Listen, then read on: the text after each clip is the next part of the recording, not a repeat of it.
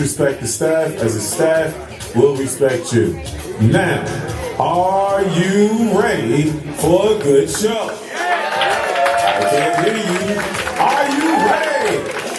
Now, I need everybody in the building to start clapping and give it up for your host.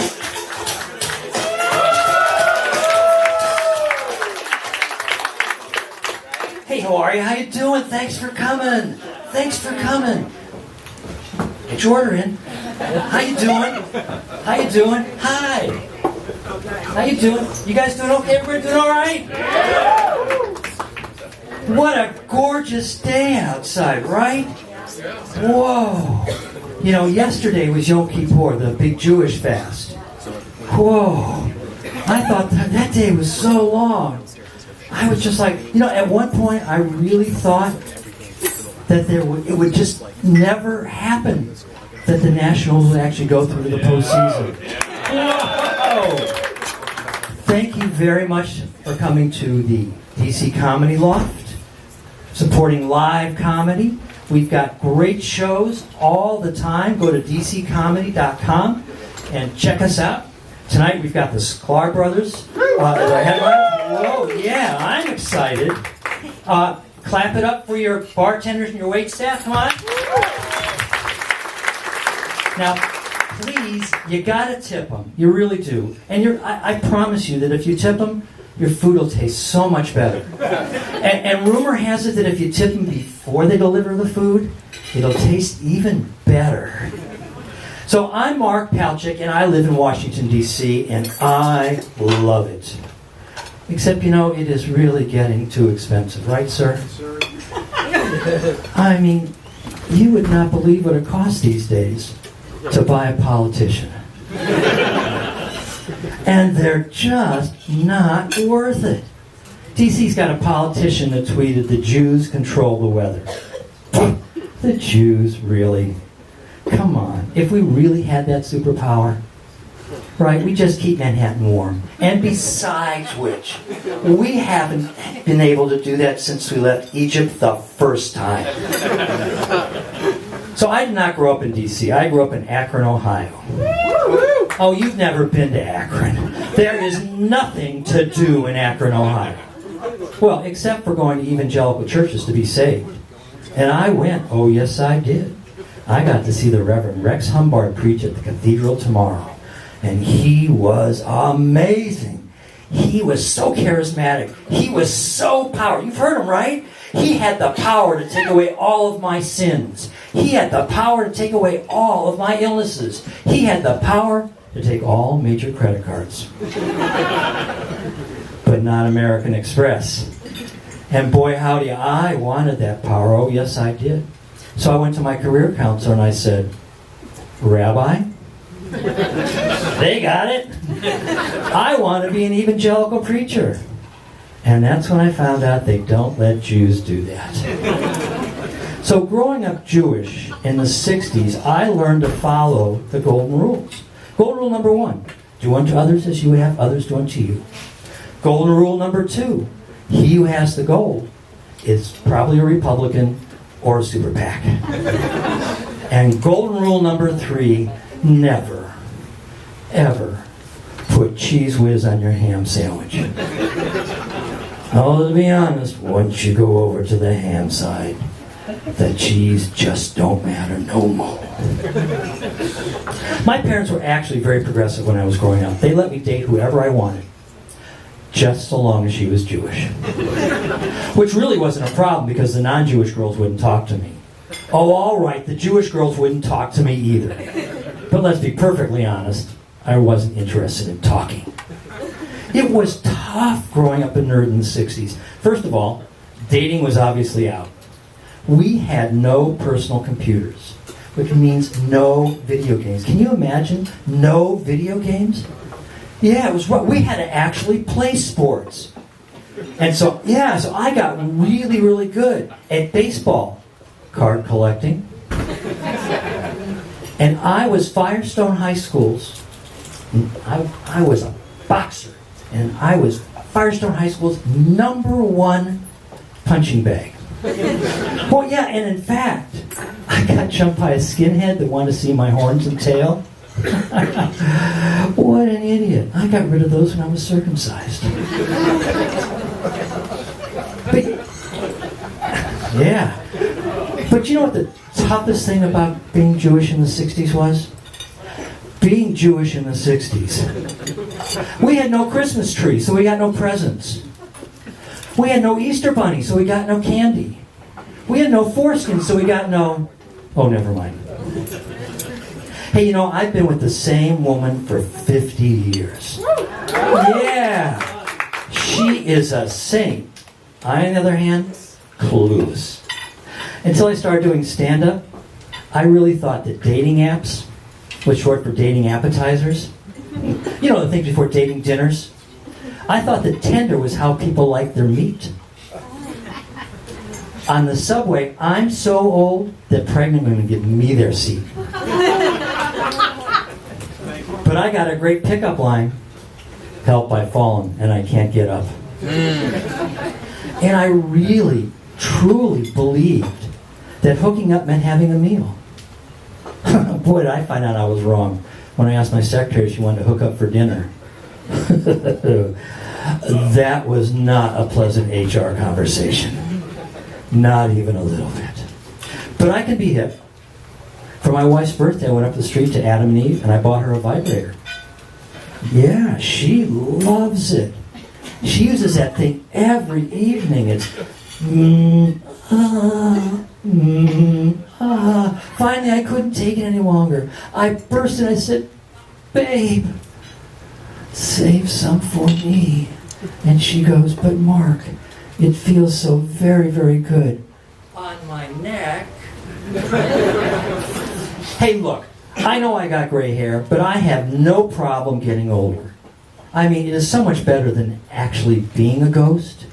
I mean, I am perfectly alive, and it's bad enough being ghosted by my secretary.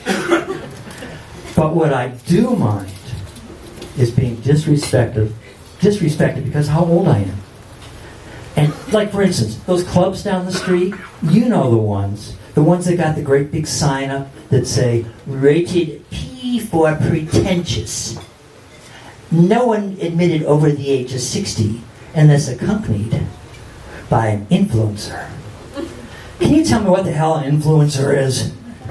I don't know. And I do mind that my boss is 20 years younger than me and she just doesn't get it. Like, for instance, I go in for my annual review and I tell her about all the money I've made for the firm and how great I'm doing, and all she can do is look at me and go, so, does this Instagram filter make me look like a change agent? And oh, by the way, we need your office for the intern, so unless you're willing to work for free, please clean out your stuff. Whoa, there goes my day job. But, look at me, I'm opening for the Sklar Brothers. Yeah! That's pretty amazing, right? And I'll tell you something else. I am younger than at least 4 of the 2020 presidential candidates. Oh, Bernie, please get better so I don't have to change that joke. Every weekend for 90 minutes, I take people your age for comedy walks down around the mall. I walk my dog every day, twice a day. Except you know what? That dog stops every 10 minutes so I can pee. What I really don't like, though, is flying. Anybody else not like flying here? Clap it up if you don't like flying. I mean, it's ridiculous. There is no personal space. I mean, you always got some plus-size guy, right? Sitting in the center aisle, arms akimbo, like a condor, smelling like a condor, right? Or some guy who is pushing a body bag in the overhead, right, all the while blocking the aisle. Or my personal favorite, the guy with the 25-inch laptop, watching Die Hard 2 with no headphones. So you can imagine how excited I was when I was flying up today. My seatmate, a tiny wisp of a girl. She was so tiny, I actually had room for my elbows. Yeah, and not only that, she was able to put her carry-on underneath the seat in front of her. And her cell phone was so cute. It had a screen that was so tiny, I could barely see her girlfriend's nude pictures. I also don't like the fact that you're at 30,000 feet and you've got absolutely no control over your fate. So the first thing I do is I check out the plane's karma. I have a feeling you do too. If there are a bunch of young kids on the plane, I go, all right. Karma's not going to let anything happen to these young innocents. If priests get on the plane, it could go either way. If the young kids get on with the priests, I get off the plane. I'll tell you, I wish I'd gotten off this flight last week. I was going from D.C. to Dallas. Oh, it was so turbulent. And then when we got to Dallas, we kept circling. And finally the pilot comes on and says, ladies and gentlemen, now Dallas is still closed, but we're running low on fuel. So we're going to have to make an emergency landing nearby, and it's going to get really rough. So please, tray table seat backs up, stow your belongings, and please remove your eyewear. Remove my eyewear? Isn't that what they say right before they say bend over and kiss your ass goodbye? And it did get rough. I am talking Tina Turner rough. Yeah, it got so rough that my seatmate Alice grabbed my arm. And she goes, oh my, karma is testing me because of my glorious affair in D.C. And just as she said that, the plane went up on one wing, nose down, then the overheads popped, then the oxygen deployed, then it straightened out. Ladies and gentlemen, Dallas is clear, landing in 2 minutes. Hallelujah! Everybody was applauding, but not for dear Alice. Oh my, when I thought I was gonna die, I texted my husband, and I admitted my mortal sin. Oh, Alice, you are an idiot.